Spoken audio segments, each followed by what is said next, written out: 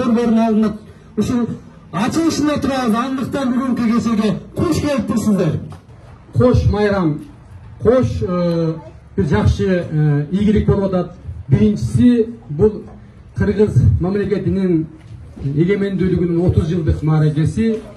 Экинчиси мына Америка Кошмо Штаттарындагы жалпы кыргыздардын анын Чикаго шаарында жашаган биздин мекендештердин салымы менен ачылган Кыргыз маданий борборунун ачылышы.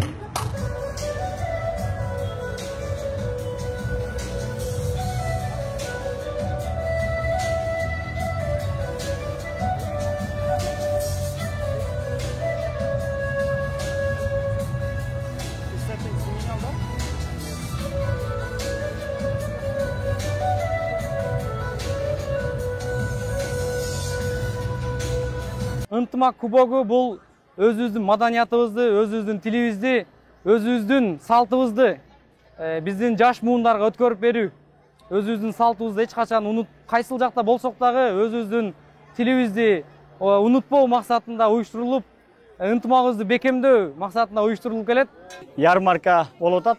Ярмаркада Кыргызстандан келген желектер, улуттук кийимдер, ошондой эле Кыргызстандан өндүрүлгөн улуттук тамак аштар, балдар, өрүктөр каалоочулар келип алып, үйлөрүнө алып кетип